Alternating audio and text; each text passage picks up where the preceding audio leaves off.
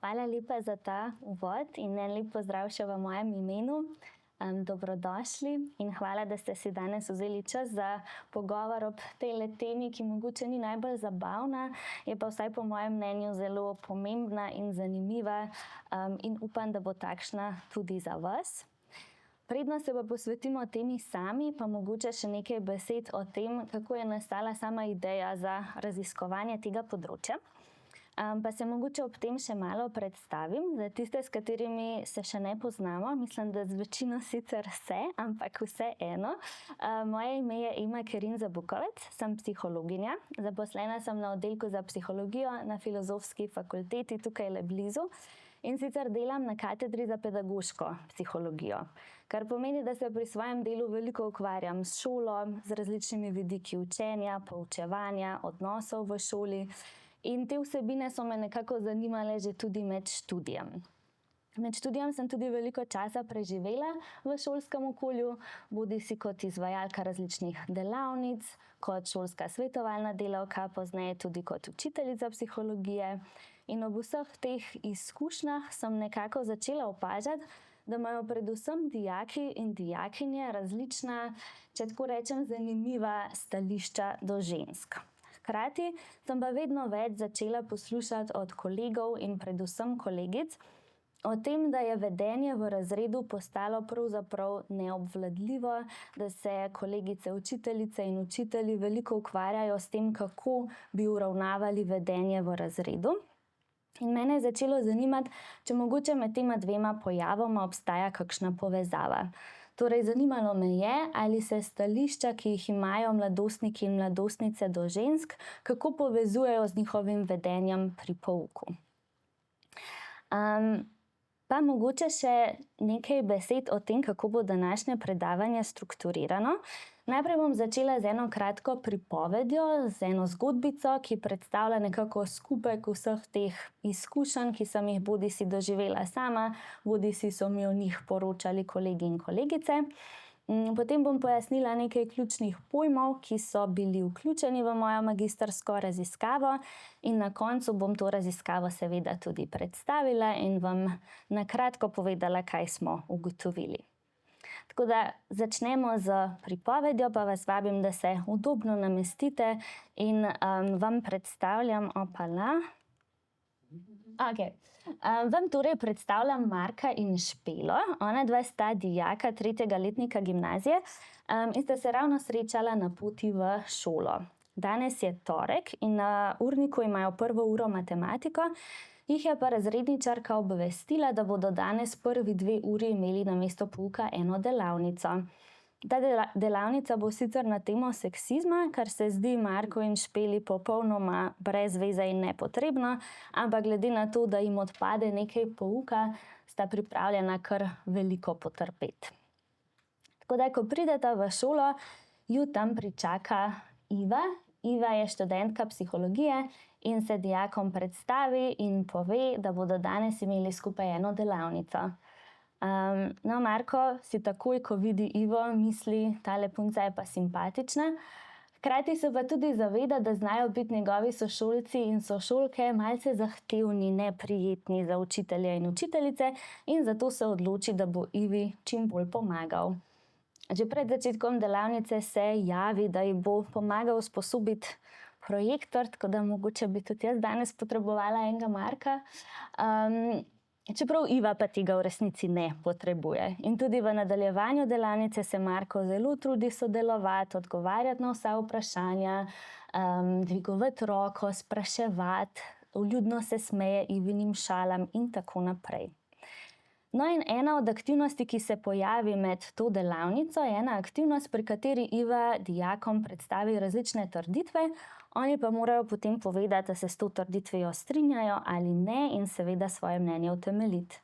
In ena trditev, ki se pojavi med to aktivnostjo, je recimo tale: večina žensk si nedolžne opazke ali dejanja razlaga kot seksistična. ob tej trditvi v razredu kar završi. In sicer se izkaže, da se večina dijakinj v razredu s to trditvijo zelo močno ne strinja, medtem ko veliko dijakov pa pove, da kar se strinjajo s to trditvijo, potem se malo nasmejijo, si šepetajo med seboj. Predvsem pa se posmehujejo dijakinjam, ki pa so ob tem dogajanju, ob tej trditvi kar precej jezne in nejevoljne. No, še ena trditev, ki se pojavi med to aktivnostjo, je pa tale: ženska naj doma poskrbi za moškega, sicer bo razpadel. Ob tej trditvi pa je reakcija v razredu nekoliko drugačna, in sicer se s to trditvijo večinoma strinjajo dekleta, se tudi malo poznavalsko spogledujejo, medtem ko dečki pa nekateri se strinjajo s trditvijo, nekateri pa tudi ne. Marku recimo je ob tej trditvi kar malo neprijetno, ne zna čisto povedati, zakaj. Po eni strani bi se mu zdelo fino, da bi doma nekdo poskrbel za njega, ampak nekaj mu pa čisto ni všeč glede te trditve. No, delavnica se nadaljuje in vmes sledi odmor. Med odmorom gredo dijaki na hodnik in tam je med drugim tudi Alina. Alina je dijakinja iz enega drugega razreda in je Marku precej všeč. Onadva se veliko tudi pogovarjata po socialnih omrežjih ob večerih in popoldnevih, včasih gresta skupaj na malico ali pa se pogovarjata med odmori, in tudi tokrat se Marko z veseljem približa Alini in se začne z njo pogovarjati. Kar pa z nasmeški opazujejo tudi njegove sošolke in se pogovarjajo o tem, da je Marko, odkar se druži z Alino, res postal veliko bolj prijeten. Pred tem je znal biti včasih zoporen, ampak odkar pa ima to žensko družbo, je pa postal veliko bolj pogovorljiv, če tako rečem. No, ampak ker se vse lepe stvari enkrat zaključijo, kmalu zazvoni konec odmora. Študentka Iva pokuka iz učilnice in povabi dijake nazaj k delavnici, kar pa Marka precej razjezi. On bi se želel še naprej pogovarjati z Alino, seveda, in Ivi kar zabrusi: kaj mi pa boste, če ne grem, kar pospremi še z nekaj sočnimi žaljivkami, ki jih danes ne bomo ponavljali. Izbruhne v glavnem prepir na hodniku, Iva se poskuša pogovoriti z Markom, on na koncu sicer pride v učilnico, tudi Alina gre k pouku in nima več razloga, zakaj bi ostal zunaj. Ostane pa še do konca delavnice zelo slabe volje, jezen, ne sodeluje več tako kot prej, veliko moti, se pogovarja s sošolci, hodi po učilnici, in ko zazvoni konec delavnice, Marko tudi jezno pograbi vse svoje stvari in odvihra iz prostora, še preden lahko Iva pravzaprav zaključi z delavnico. No, ampak kljub temu, da je bil zaključek tele delavnice za Marka mogoče malenkost neprijeten, je vseeno precej razmišljal o vsebinah, o katerih so na delavnici govorili. In ko je prišel domov, si je z veseljem prebral še nekaj dodatnih informacij o teh vsebinah.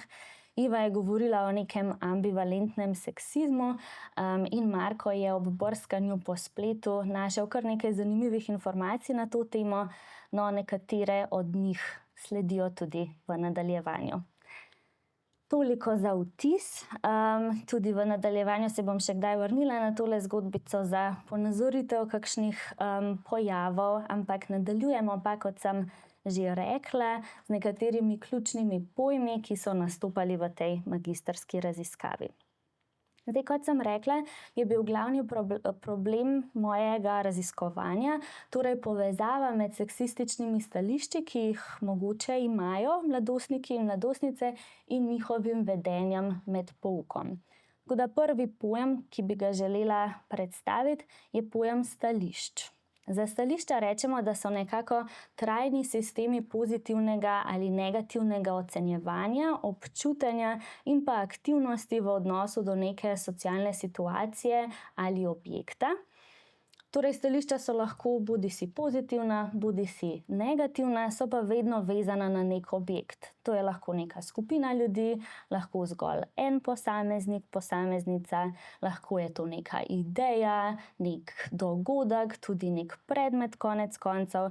Je pa vsem stališčem skupno to, da so nekako sestavljena iz 3 delov, 3 komponent, rečemo. To je miselna, čustvena in pa vedenjska komponenta. Pa bom zdaj te 3 komponente, te 3 dele malo bolj podrobno pojasnila na enem primeru, in sicer na primeru stališč do brokolija. Brokoli sicer ni socialna situacija, je pa vsaj po mojih izkušnjah, predmet zelo raznolikih stališč. Tako da vas mogoče povabim, da najprej sami malo razmislite o tem, kakšna so vaša stališča do brokolija. Si predstavljate mogoče? Ja. No, to, kar ste si predstavljali, je verjetno v nekem delu vključevalo neke misli, mnenja, razmisleke, mogoče neke informacije, ki ste jih že kdaj slišali o brokoliju. Recimo, brokoli je zelenjava, brokoli je zdrava hrana, brokoli rada pripravljam, ga je lahko pripraviti ali pa kaj podobnega. Ampak misli, mnenja niso vse, kar sestavlja to vaše stališče do brokolija, ampak so verjetno podkrepljene še s kakšnimi čustvi, občutki. Lahko ste si mogoče mislili, da ste navdušeni nad brokolijem, da obožujete brokoli, da se veselite, kako boste jedli brokoli. Mogoče ste pa na drugi strani tudi pomislili, da brokolija ne marate, da se vam brokoli gnusi ali pa kaj podobnega. Torej, neki občutki, čustva vezana na ta objekt stališč. No, potem imamo pa še eno 3. komponento, 3. del, to je pa tako imenovana vedenjska komponenta stališč. Ta ne predstavlja nujno dejanskega vedenja, ampak govorimo o njej bolj kot o neki nameri za vedenje. Torej, kaj mi želimo, nameravamo, načrtujemo početi v odnosu do brokolija v našem primeru. Recimo, želim jesti brokoli, ne želim jesti brokolija, želim pripraviti brokoli za večerjo ali pa kaj podobnega. Zdaj, povezava med to vedenjsko namero in dejanskim vedenjem je zelo pogosto predmet različnih raziskav, med drugim tudi te, o kateri danes govorimo. Nekako raziskave pokažejo, da sicer zelo pogosto se stališča povezujejo tudi z skladnim vedenjem do objekta tega stališča, ni pa nujno. Recimo, če ste si predstavljali ali pa, ko sem vas pozvala, da prikličete svoja stališča do brokolija, ste mogoče ugotovili, da brokolija ne marate. Če pa bi bili mogoče povabljeni na večerjo, kjer bi prvič spoznali starše svojega partnerja, partnerice in bi bil tam pripravljen brokoli, bi ga verjetno kljub temu pojedli, čeprav mogoče sami ne bi izbrali te hrane, a ne? Tako da ni nujno, da se stališča vedno udejanjijo, torej, prevedejo v vedenje, je pa to zelo pogosto situacija, ki se zgodi. No, na tej točki bi mogoče izpostavila še eno posebno obliko stališč, to so predsodki. Za predsodke rečemo, da so praviloma negativna stališča, ki so običajno zelo nepreverjena, neutemeljena. In za njih je značilno, da imajo zelo močno tole čustveno komponento. Povezujemo pa s predsodki torej bolj negativna, neprijetna čustva, recimo strah, jezo, sovraštvo, prezir, gnus, zaničevanje. Takšna čustva običajno čutimo, kadar imamo predsodke. Pa še nekaj je značilno za predsodke in to je, da so relativno stabilen pojav. Čeprav mogoče za stališča lahko rečemo, da se lahko včasih spremenijo, recimo, če niste marali brokolija, pa ste imeli potem eno dobro izkušnjo z eno zelo dobro jedjo, ki je bila pripravljena iz brokolija, boste morda spremenili svoje stališče. Pri predsodkih pa zelo pogosto ni tako. Torej, te spremembe predsodkov so zelo, zelo redke, predvsem zato, ker je tale čustvena komponenta torej najmočnejša. No, in ena oblika predsodkov, s katero sem se sama ukvarjala v tej raziskavi, je seksizem. Seksizem lahko opredelimo na več načinov. Lahko rečemo, da je to diskriminacija na podlagi spola. Lahko tudi rečemo, da gre za obliko predsodkov, ki temeljijo na nekih relativno nepreverjenih, neutemeljenih, praviloma negativnih stališčih do enega spola, običajno so to ženske. Za seksizem je značilno tudi to, da pretirano posplošuje in napihuje neke značilnosti, ki naj bi jih imele ženske kot celota, hkrati pa tudi pretirano napihuje razlike med spoloma, torej pretirano poudarja, kako smo si moški in ženske različni med sabo.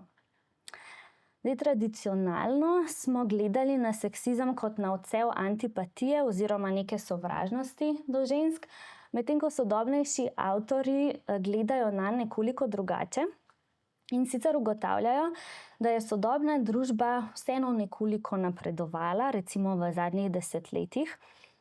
In to je privedlo do tega, da izražanje določenih oblik predsodkov ni več tako zelo sprejemljivo v družbi, kot je to bilo včasih. Recimo, ni več v redu v javnosti razglašati, kako recimo sovražimo vse pripadnike ene rase. In podobno velja tudi za seksizem. Kar pa ne pomeni, da so te oblike predsodkov kar izginile, ampak avtorji pravijo, da se je spremenil samo način njihovega izražanja. In ta naj bi postal veliko bolj neopazen, prikrit, subtilen, narava stališč, na katerih ti predsodki temeljijo, pa ambivalentna. To pomeni, da so nekatera od teh stališč pozitivna, nekatera pa negativna. In na podlagi teh idej je nastala tudi glavna zvezda današnjega večera, in to je teorija ambivalentnega seksizma. To je ena izmed sodobnejših teorij seksizma, po mojem raziskovanju nekako najpogosteje uporabljena, vsaj v psihologiji. Avtorja pa nekako pravita, da se sodobne oblike seksizma izražajo na dva načina. In sicer poznamo obliko sovražnega in tako imenovanega dobronamernega seksizma. Ta beseda dobronamerni, kot vidite, je v narekovajih, zato ker želimo poudariti, da tukaj v resnici ni nič dobronamernega, ampak gre zgolj za neko navidezno neškodljivost. Je pa pomembno poudariti, da dobronamerni seksizem ne predstavlja neke vrste nasprotja sovražnemu seksizmu, ampak gre zgolj za dve različni obliki, na kateri se izražajo v bistvu enaki predsodki. Zelo pogosto je to odvisno od konteksta, seveda pa se lahko posameznik ali posameznica tudi bolj identificira z eno oziroma drugo obliko. Pa če si pogledamo najprej sovražni seksizem, ta je nekako podoben tradicionalnemu pojmovanju seksizma. Gre torej za neka prepričanja, da smo ženske manj sposobne, manj vredne, da želimo prevzeti nadzor nad moškimi, bodisi skozi seksualnost, bodisi skozi neko feministično ideologijo, in zato je potrebno ženske zatreti, nadvladati, jih nadzorovati, a ne. Avtorja te teorije sta oblikovala tudi en vprašalnik, s pomočjo katerega lahko ocenjujemo ta stališča. To je tudi vprašalnik, ki sem ga sama uporabila v tej raziskavi. Bom pa uporabila tudi nekatere trditve, postavke iz tega vprašalnika, da še malo nakažem vsebino, recimo, sovražnega seksizma. Tako da to obliko ocenjujemo recimo s tole trditvijo. Ženske si prizadevajo pridobiti moč s prevzemom nadzora nad moškimi. Pa še ena trditev je recimo tale, ki vam je že poznana, če ste na začetku sledili. Večina žensk si nedolžne opazke ali dejanja razlaga kot seksistična. Ja, in kot sem že na začetku rekla, so se s to trditvijo v tej hipotetični situaciji predvsem strinjali dečki, dijaki v razredu, dekleta pa ne. To ni bila naključna izbira, ampak dejansko raziskave kažejo, da se z sovražnim seksizmom v veliko večji meri nekako strinjajo, poistovetijo moški kot pa ženske, kar bi verjetno tudi pričakovali. No, potem pa imamo še dobronamerni seksizem. Ta pa je nekako vključuje navidezno in res poudarek na navidezno neškodljiva stališča do žensk kot do nekih čudovitih, lepih, nežnih, angelskih, nedolžnih bitij, ki si zaslužijo moško občudovanje in zaščito. Zelo pomemben del je pa še tale zadnji, da s svojo ljubeznijo dopolnjujejo moške. Torej, ideja je, da so ženske, torej žene, matere, neki idealizirani ljubezenski objekti in moške nekako izpopolnijo svojo ljubeznijo. In nekaj trditev, s katerimi ocenjujemo takšna stališča, je na primer, veliko žensk ima vrlino čistosti, ki jo ima le malo moških. Torej, ženske so neka čista bitja, verjetno nemočna bitja, ampak zelo nedolžna bitja. Ali pa tudi tale trditev, moški bi morali biti pripravljeni žrtvovati dobro počutje, da bi finančno poskrbeli za žensko v svojem življenju. To se mogoče na prvi pogled ne sliši zelo slabo. Težava pa je v tem, da je ta navidezna skrb moških do žensk utemeljena na prepričanju, da ženske nismo sposobne same zase poskrbeti, same sebe zaščititi. In še ena težava, ki tukaj nastane, je ta, da si ženske zaslužimo to občudovanje, skrb in zaščito samo takrat, ko ustrezamo večinoma moškim pričakovanjem. Kadar se skladamo z nekimi tradicionalnimi spolnimi vlogami, kadar smo žene, matere, ljubimke pod takšnimi pogoji, kot si jih zamišljajo naši partnerji, si ne prizadevamo za svojo kariero, se predvsem ukvarjamo z domom in družino in tako naprej. Kadar pa se ne vedemo na takšen način, pa nam ta zaščita, skrb nekako ne pripada več.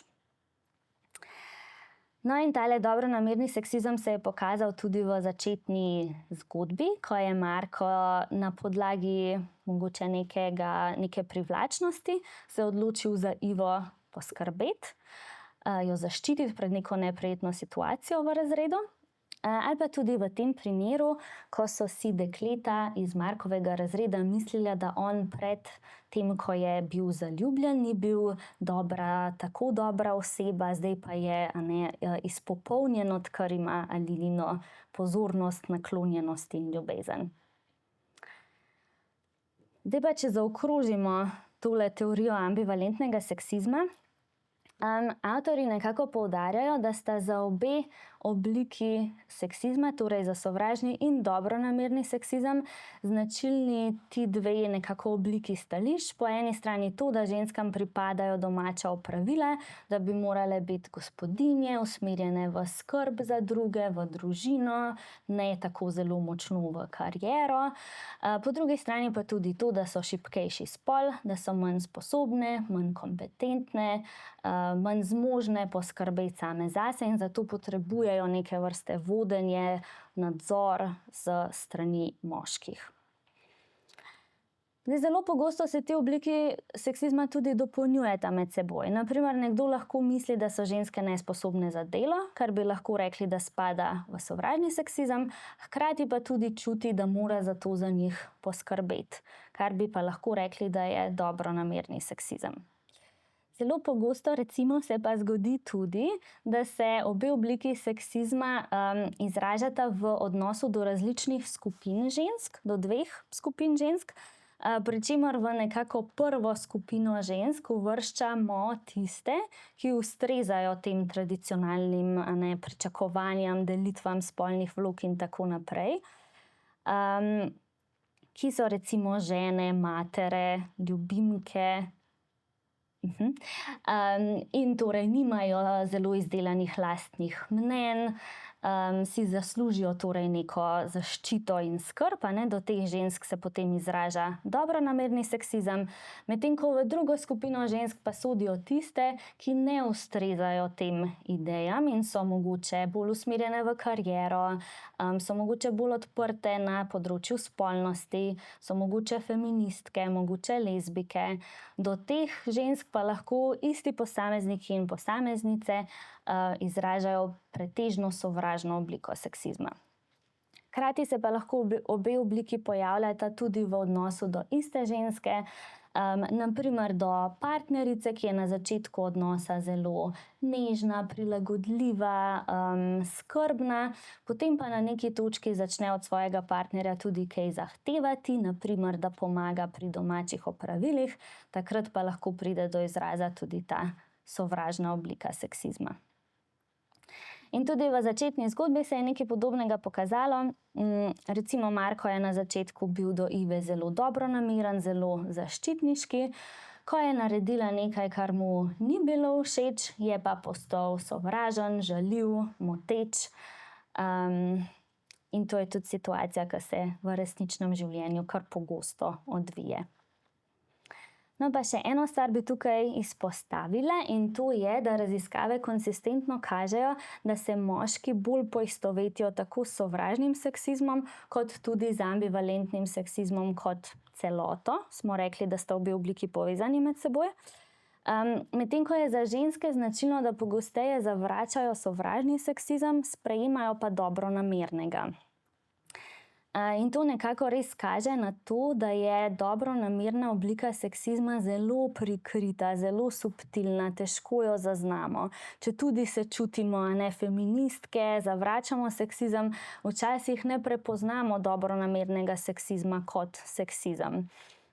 Kar je v resnici tudi zelo nevarno, ker pomeni, da ima ta dobronamerni seksizem zelo visok potencial ponotranjanja, rečemo. Zelo pogosto se lahko ženske potem s temi stališči identificiramo, jih ponotranjimo, jih verjamemo. Kot zanimivost pa mogoče še tole, no, avtorja te teorije sta razvila tudi eno teorijo ambivalentnosti do moških, ki prav tako vključuje sovražno in dobronamerno obliko. Boste videli, da gre za zelo podoben princip. Torej, tudi sta oblikovala vprašalnik, s pomočjo katerega ocenjujemo takšna stališča, in recimo sovražnost do moških ocenjujemo s temile trditvami. Moški bi bili izgubljeni brez ženskega vodenja. Moški bodo naredili karkoli, opustili moralo, da bi dobili seks, in pa moški se obnašajo kot dojenčki, ko so bolani. Torej, ponovno gre za neko posploševanje negativnih lastnosti moških na celotne moške kot skupino in poudarjanje razlik med moškimi in ženskami. Po drugi strani pa dobronamernost do moških ocenjujemo recimo s temi trditvami: moški se v nujnih primerih manj verjetno sesujejo, moški so bolj pripravljeni tvegati, da bi zaščitili druge, in pa tale, ki vam je verjetno že poznana: ženska naj doma poskrbi za moškega, sicer bo razpadel. Še posebej pri tej dobronamerni obliki verjetno lahko opazite kar veliko skladanja med dobronamernostjo do moških in dobronamernostjo do žensk, ker v bistvu obe obliki stališč izhajata iz prepričanj, da smo si moški in ženske zelo različni med seboj in zato potrebujemo en drugega. Ženske potrebujemo moške zato, da nas lahko zavarujejo, zaščitijo in za nas finančno poskrbijo, moški pa potrebujejo ženske zato, da za njih poskrbijo doma. Tako da sta si obe obliki v resnici zelo podobni med seboj. In tale trditev, ki je nastopala že v začetni pripovedi, v zvezi z njo sem rekla, da se je Marko ob njej počutil malo neprijetno, pa ni čisto vedel, zakaj ga tukaj nekaj moti, in zelo pogosto je tako tudi v resničnem življenju. Vemo, da nekaj ni v redu, pa mogoče ne znamo čisto povedati, zakaj nas nekaj moti. S tem sem želela nakazati na to res subtilnost dobronamernih oblik seksizma. Zakaj sploh govorimo o seksizmu? A ni tako, da je to stvar preteklosti in da danes nima več nobenih posledic? Avtorji pravijo, da žal ni tako, in sicer tudi sodobne raziskave ugotavljajo številne negativne posledice različnih oblik seksizma, predvsem vezane na področje dela in na področje nasilja nad ženskami. V kontekstu dela se recimo izkaže, da se sovražni seksizem zaposlovalca povezuje z nižjo verjetnostjo, da bodo zaposlili ženske, še posebej na odgovorna delovna mesta. Medtem ko je zanimivo, da se dobronamerni seksizem pri ženskah v delovnem okolju pa povezuje z neko nižjo zaznano samoučinkovitostjo. Raziskave nekako pokažejo, da ženske, ki se nekako strinjajo z dobronamernim seksizmom, veliko lažje dostopajo do lastnih spominov o tem, kako jim kaj ni uspelo v življenju, kot do spominov o tem, kako so jim stvari uspele v življenju. Čeprav jim je mogoče veliko več stvari uspelo kot neuspelo, ampak ker so ta stališča ponotranjena, je veliko lažje dostopati do spominov o tem, kako nam je kaj spodletelo. No, na področju nasilja nad ženskami pa, kot bi verjetno pričakovali, je sovražni seksizem partnerja eden od glavnih oziroma glavni napovednik za nasilje v intimno-partnerskem odnosu. Medtem ko je zanimivo, da se dobronamerni seksizem pri ženskah pa povezuje s tem, da krivdo za spolno zlorabo večkrat pripišejo žrtvi. Pogosto se zgodi, da iščejo neke razloge, zakaj si je žrtev spolne zlorabe zaslužila to zlorabo. Je bila recimo pomanjkljivo oblečena, ni bila tako čista in nedolžna, kot bi ženske morale biti. Mogoče je varala svojega partnerja, ni bila dovolj usmerjena v svojo družino in tako naprej. Kar se mi zdi, da so kar pomembne ugotovitve, malo žalostne, ampak žal zelo resnične. Do zdaj sem pretežno govorila o odraslih, zdaj pa še nekaj besed o seksizmu med mladostniki, mladostnicami. Raziskave nekako kažejo, da je seksizem med mladimi precej prisoten in se povezuje s številnimi neugodnimi izidi, kot so recimo vrstniško nasilje, nasilje v intimno-partnerskih odnosih, zloraba prepovedanih snovi, kot so droge in alkohol, in z različnimi škodljivimi oblikami intimnih stikov, recimo z nezaščitenimi spolnimi odnosi, večjim številom spolnih partnerjev, manj kvalitetnimi intimnimi odnosi in tako naprej.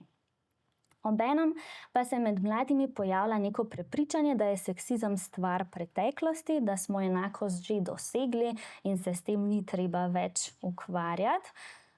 To nekako ponazarja tale slikica, ne? Čeprav v istih raziskavah mladi poročajo o številnih situacijah iz svojega vsakodnevnega življenja, v katerih je prišel do izraza seksizem. No in recimo že v začetni zgodbici sem rekla, da sta Marko in Špela bila prepričana, da je delavnica o seksizmu popolnoma nepotrebna in brez veze. Ja, in ker raziskave pokažejo, da se seksistična stališča povezujejo s številnimi neugodnimi, neželenimi vedenji na različnih področjih delovanja, predvsem žensk, je mene zanimalo, kako pa je s tem v šolskem kontekstu. Sklepala sem nekako, da je šola še vedno okolje, kjer je največ recimo učiteljic ženskega spola, torej je veliko žensk v nekem položaju moči, bi lahko rekli, zato verjetno seksistična stališča lahko pripeljejo v kar veliko frustracije v tem kontekstu. No in različnim neželenim oblikam vedenj v šoli rečemo moteče vedenje. Moteče vedenje lahko opredelimo kot nek spekter vedenj, vse od neke nedolžne nagajivosti, neupoštevanja navodil, tudi do bolj resnih vedenj, kot je uničevanje lastnine, nasilje in podobno. Gre torej za neko vedenje, ki moti vzgojno-izobraževalni proces, se pa povezuje tudi s številnimi neugodnimi izidi, kot je učiteljski stres, včasih pa tudi nasilje nad učitelji oziroma učiteljicami. Ko govorimo o motečem vedenju, pa je pomembno, da smo pozorni na nekaj vidikov, in sicer, da obstajajo različna ozadja motečega vedenja. Gre za zelo kompleksen pojav, ki ga ne moremo pripisati samo enemu dejavniku, ampak nanj vplivajo dejavniki tako na ravni recimo skupine, v kateri se to vedenje pojavlja, recimo vrstniške skupine, recimo norme vrstniške skupine lahko močno vplivajo na to, da se nekdo vede v šoli moteče. Potem vplivajo na moteče vedenje neki dejavniki vezani na posameznika, različne osebnostne lastnosti, izkušnje, kakšnega vedenja je nekdo naučen in podobno. Veliko tukaj doprinese tudi vodenje in vodenje učiteljev v šoli, pa tudi kako je nekdo voden doma, torej neka vzgoja staršev. In pa tudi neki dejavniki vezani na institucijo, na šolo, recimo kakšna klima je v šoli, kakšno filozofijo ima recimo ta šola, kakšne posledice šola uvaja, kadar prihaja do neželenega vedenja in tako naprej. Torej ni ideja, da bi moteče vedenje pripisali samo enemu dejavniku, ampak gre za združenje različnih dejavnikov. In dobro je tudi, da se zavedamo, da popolna odprava motečega vedenja v resnici sploh ni možna. Kolega Vec pravi, da bo moteče vedenje vsaj v neki meri vedno prisotno in je dobro, da imamo glede tega tudi realistična pričakovanja. Zdaj smo pojasnili osnovne pojme, zdaj pa k raziskavi. Ta raziskava je nekako potekala v letu 2024 in sicer je končni vzorec obsegal 390 dijakov in dijakinj z 5 ljubljanskih srednjih šol in pa 22 njihovih učiteljev in učiteljic. Zdaj, kot vidite, je tale vzorec učiteljev in učiteljic precej majhen. Na podlagi tega vzorca ne moremo delati trdnih zaključkov, tako da so zraven samo kot neka dopolnitev teh podatkov, ki so jih prispevali dijaki in dijakinje. Sicer je pa raziskava potekala tako, da sem šla osebno v razrede, bodisi v okviru razrednih ur, bodisi v okviru pouka psihologije, in sem dijakom in dijakinjam posredovala povezavo do spletnega vprašalnika, ki je pa bil sestavljen nekako iz 4 delov. Najprej je bil sestavljen iz nekaj demografskih vprašanj, zanimal me je spol, starost, izobraževalni program in še nekaj drugih podatkov. Potem je sledil vprašalnik, s katerim smo ocenjevali ambivalentni seksizem. To je ta vprašalnik, iz katerega sem nekaj trditev že sproti pokazala. Potem je sledil en vprašalnik vezan na moteče vedenje z naslovom Lestvica motečega vedenja. Potem pa so dijaki izpolnjevali še eno takšno tabelo, v katero so navedli vse tiste predmete, ki jih v tem šolskem letu obiskujejo. Za vsakega od njih so označili, ali jih tam poučuje učitelj ali učiteljica, in z da ali ne so se opredelili do tega, ali se pri tem predmetu vedejo moteče ali ne. Torej, želeli smo ugotoviti, ali dijaki sami poročajo o drugačnem vedenju v odvisnosti od spola tistega, ki poučuje. No, učitelji pa so izpolnjevali spletni vprašalnik, kjer ni bilo osebnega stika in zato tudi zelo majhen vzorec. No, kaj so rezultati pokazali? Že vnaprej vam lahko povem, da nič zelo presenetljivega, v zelo velikih merah so bili skladni s predhodnimi ugotovitvami. Na primer, ugotovili smo, da so mladostniki, torej moškega spola, fantje, poročali o višjih ravneh tako ambivalentnega seksizma, kot tudi sovražnega seksizma v primerjavi z mladostnicami. In pa na vzorcu mladostnic se je pokazalo, da so se v veliko večji meri identificirale z dobronamernim kot sovražnim seksizmom, kar je nekaj, kar se je že v vseh dosedanjih študijah praktično pokazalo. Je pa lahko to dobro izhodišče za načrtovanje ukrepov na tem področju, Mogoče je smiselno razmišljati o tem, da bi bili lahko neki programi vezani na seksizem za mladostnike, za fante, bolj usmerjeni na sovražno obliko, medtem ko bi bili programi za dekleta lahko bolj vezani na dobronamerno obliko. No, druga nekako ugotovitev je bila ta, da tisti mladostniki in mladostnice, ki poročajo o višjih ravneh ambivalentnega in sovražnega seksizma, poročajo tudi o višjih ravneh motečega vedenja. To je nekako glavna ugotovitev te raziskave, odgovor na moje prvotno vprašanje. Je pa pomembno, da se zavedamo, da tukaj ne govorimo o vzročno-posledičnem razmerju. Ne moremo reči, da seksizem vodi v moteče vedenje. Lahko gre mogoče za kakšno lastnost, ki je lastna tako tistim mladostnikom, ki se identificirajo s seksizmom, kot tistim, ki se moteče vedejo. Tega pač nismo ocenjevali. Je pa dejstvo, da pri mladostnikih, ki poročajo, da se strinjajo s seksističnimi stališči, zaznavamo tudi več motečega vedenja.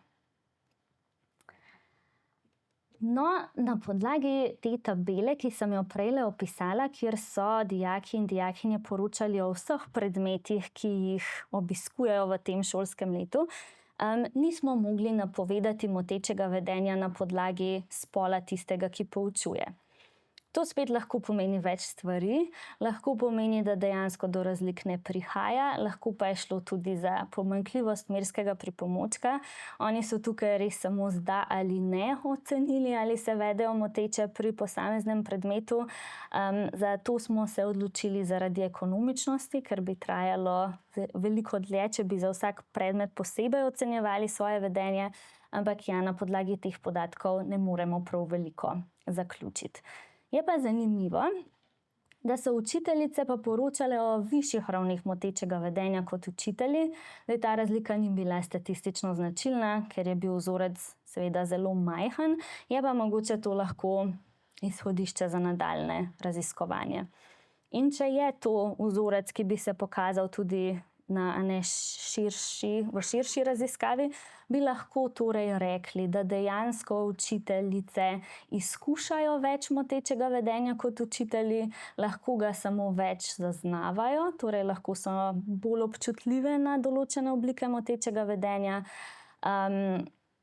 Lahko pa gre spet za pomanjkljivost merjenja v tem primeru. No, in kot zadnja ugotovitev se je pa izkazal tudi učinek določenih demografskih spremenljivk na moteče vedenje. In sicer pri dijakih je bil to moški spol in prisotnost statusa športnika oziroma kulturnika, kar je kar zanimivo. Torej tisti dijaki, ki so se opredelili kot, da so moškega spola, in tisti dijaki, ki so poročali o tem, da imajo status športnika oziroma kulturnika, so poročali o višjih ravneh motečega vedenja. No, pri učiteljih in učiteljicah pa se je pokazal učinek delovne dobe na trenutnem delovnem mestu na število zaznanih oblik motečega vedenja, in sicer so bolj izkušeni učitelji poročali o manjšem številu zaznanih oblik motečega vedenja. To spet lahko pomeni več stvari. Najprej vzorec je bil zelo majhen, tako da na podlagi tega težko zaključujemo. Sicer pa obstaja spet več možnosti. Lahko izkušeni učitelji čez čas začnejo nekako manj zaznavati moteče vedenje, ki se pojavlja, mogoče se nanj nekoliko navadijo. Mogoče skozi izkušnje razvijajo bolj učinkovite strategije za obvladovanje motečega vedenja in ga je zato pri njih manj. Mogoče pa tudi dijaki nekoliko prilagajajo svoje vedenje glede na to, kako izkušen učitelj ali učiteljica jih poučuje. Spet lahko izhodišče za nadaljnje raziskovanje. Kaj pa zdaj vse to pomeni in kaj lahko s temi ugotovitvami naredimo? Najprej mogoče to, da kljub prepričanjem mladostnikov, da je seksizem stvar preteklosti, ugotavljamo, da so seksistična stališča med njimi prisotna in pomembna, ker se povezujejo s številnimi neugodnimi izidi na različnih področjih, ne samo v šoli, ampak tudi drugje. Potem lahko rečemo na podlagi tega vzorca, da moteče vedenje ni odvisno od spola tistega, ki poučuje, se pa povezuje s seksističnimi stališči nasploh in z nekaterimi drugimi dejavniki, kot je recimo spol dijaka oziroma dijakinje, status športnika oziroma kulturnika in pa delovna doba učitelja oziroma učiteljice na trenutnem delovnem mestu.